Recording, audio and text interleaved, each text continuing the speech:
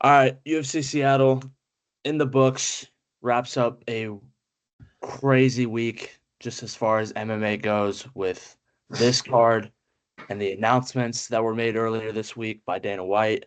We'll get to those after we break down this card and we start with the main event. Henry Cejudo came in as an underdog and loses a 3-round decision in a 5-round fight. Um, One of the weirdest circumstances I've ever seen. Round three, Song was doing well on the feet, keeping his distance. Henry actually didn't look horrible on the feet, but without being able to land any takedowns, Henry just wasn't gonna win that fight against Song Yadong. But it ended unceremoniously with an eye poke, and Henry was, according to him, unable to see out of his left eye. Said he was seeing two of the guys and didn't want to risk getting really, really hurt, which is understandable. Some of the fans didn't like it. AJ, you heard about this. What were your first thoughts? I mean, it's just pretty sad ending to a pretty good card. I thought, um, and I don't know. It just makes you feel weird that a guy can poke someone else in the eye to the point where he can't see illegally and then win the fight. I don't know. I just don't like that. Yeah, so Jason Herzog was the referee for this fight, and instead of DQing Song Yadong because it wasn't obviously intentional, um, they had to start the fourth round technically, and then call off the fight according to the broadcast. And basically just saying that they would go to the judges' scorecard since it had gone 15 minutes, even though it was a 5-round scheduled fight. Um, I've never seen a fight end that way. I've always either seen a no contest or a DQ. Mm-hmm. Um, I thought it was going to go to a no contest, and they just rebooked this in a few months, which it's looking like they're going to do that anyway. Both of them were vocal about wanting that rematch. Even Song was, um, he had showed some good sportsmanship, knew that he made a mistake, elaborated on it, said that he didn't do it on purpose, and is granting Henry a rematch. And frankly, with where both of them are at in their careers, Henry's 38 years old, which is a kind of a dinosaur for bantamweights. I don't see this going any better for Henry in the future, but we'll see. I mean, Henry had his moments on the feet. Yeah. He did. I've noticed he doesn't. Which I mean, obviously, he couldn't get it going that well. But even I mean, Khabib has told him he's like, I mean, you're a gold medal wrestler, dude. Like, use it. He doesn't like to use it that much. I really don't know why. He shot in the first round of last night. He shot multiple times, but Song was just super active with his hips. He was sprawling like crazy, and that led to Henry just kind of deferring from the wrestling game and just leading on with the feet, which, like I said before, he landed some good shots, but I mean, all in all, the leg kicks from Song were brutal for Henry. Both ways, actually. There was a moment in this, I believe, first or second round where it looked like Song was badly compromised with his leg, and it looked like Henry had hit that perennial nerve that we know so much about from the Sean O'Malley fight with Chito Vera, with Henry's title fight against Demetrius Johnson.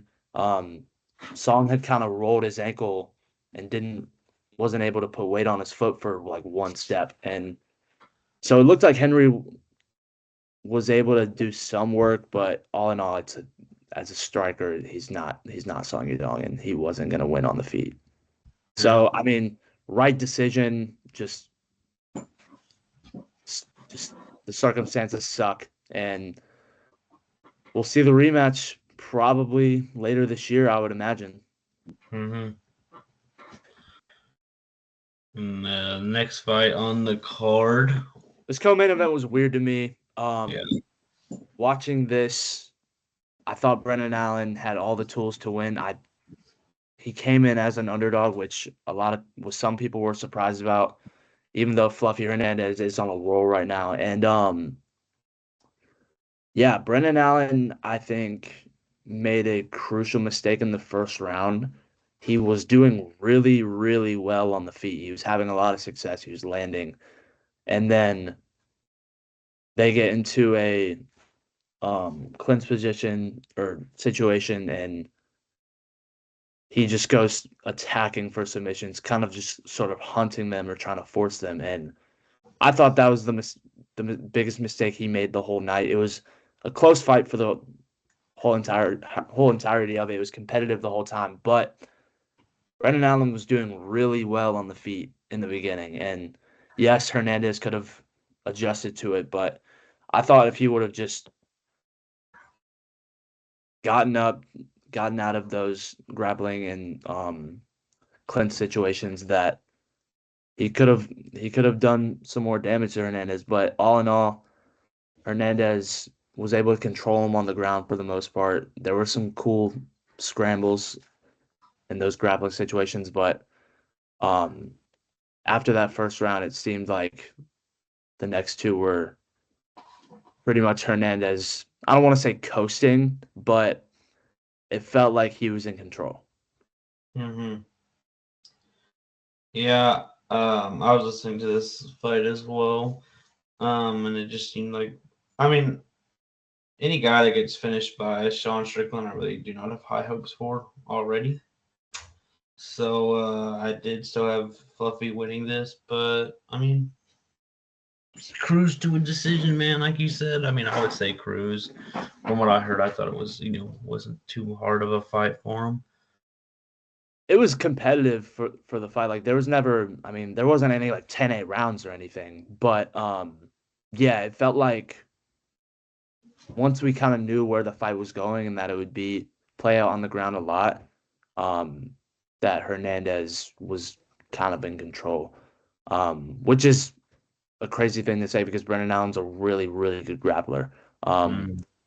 But for Brendan Allen now, that's two in a row after the winning streak that he had put on ending last year. Not really sure where he goes now. I mean, middleweight's pretty fun right now. There's a decent amount of options for him.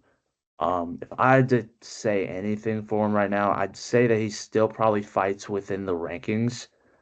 And I mean, we could do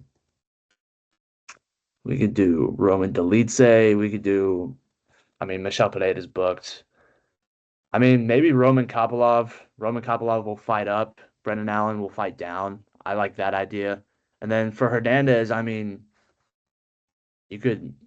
I think the perfect matchup would be Jared Cannonier, someone who's a little bit older in the division, someone who's had their run towards the title and it stopped with that Izzy fight, and now Jared's just kind of in limbo with the division, just kind of fighting the younger guys that are coming up. Obviously, Jared had a win last weekend, so over Gregory Rodriguez. So I would love to see that matchup for Anthony Hernandez. I think it's the appropriate matchup in the rankings against a proven guy in the division. So that's what I would love to see next for Hernandez. Do you have any thoughts? I like that, and I mean, um, 'cause I think Jared Cannonier, even though he is older, but I feel like if he gets a couple more wins, he can fight his way up the rankings and maybe get a title shot. He's Maybe.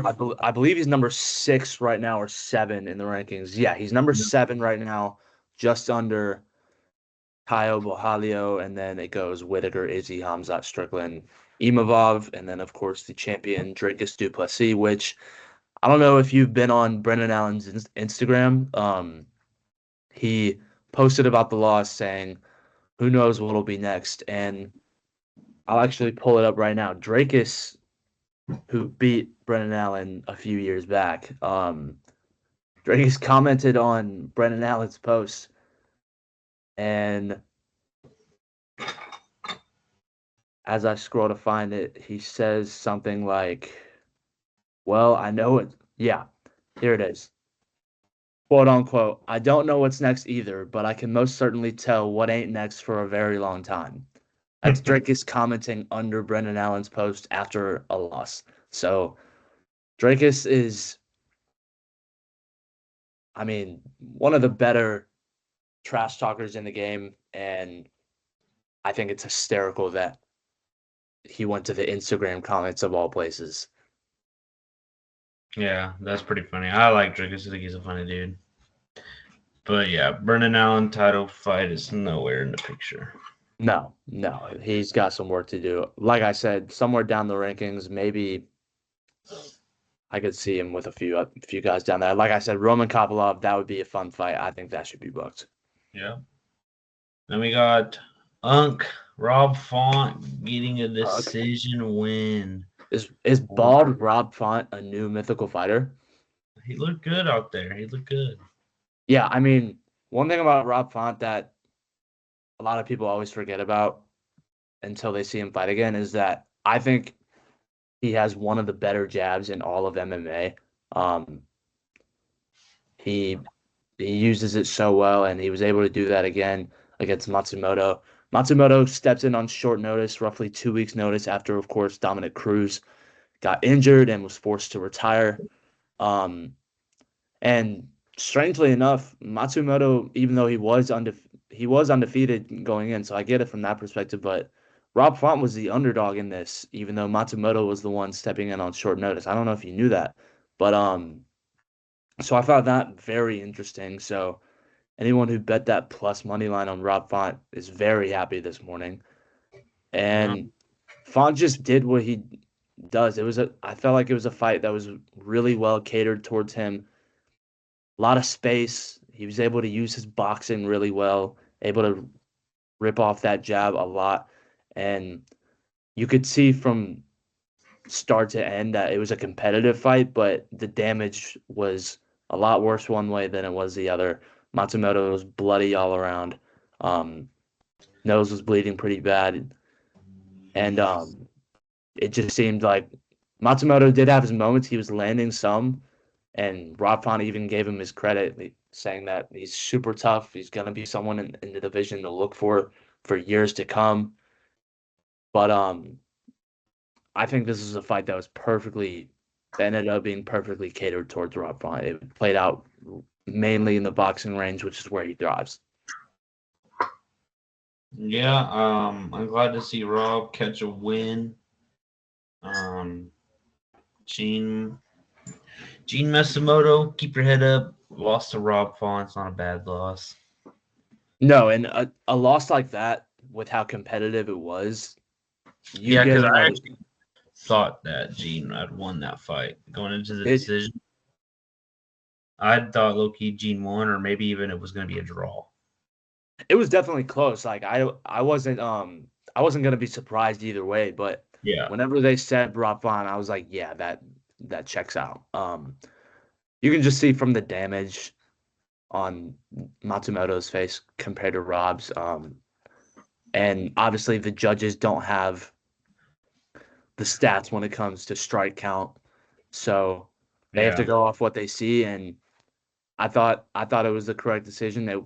I wouldn't have been surprised either way, but all in all, yeah. as far as Matsumoto goes, I thought it was um, so funny. In Guru, he tweeted out. He said that if Gene Matsumoto was Dagestani, that he would have won that fight. He would have got the decision. I mean, it was close enough. Shoot, maybe he would have. Um, but yeah, it's a close enough loss, and one of those losses where I mean he took it on 2 weeks' notice that your stock still goes up, in my opinion, if you're Matsumoto. So nothing to hang his head on there, and I'm excited to see what he's got in the future because he's really, really fun. Mm-hmm. And then one of the crazier finishes that I've seen in a while, the Gene Silva Fighting fight. nerds. Fighting nerds, back in action. One of the more popular camps in all of MMA. Yeah, it was.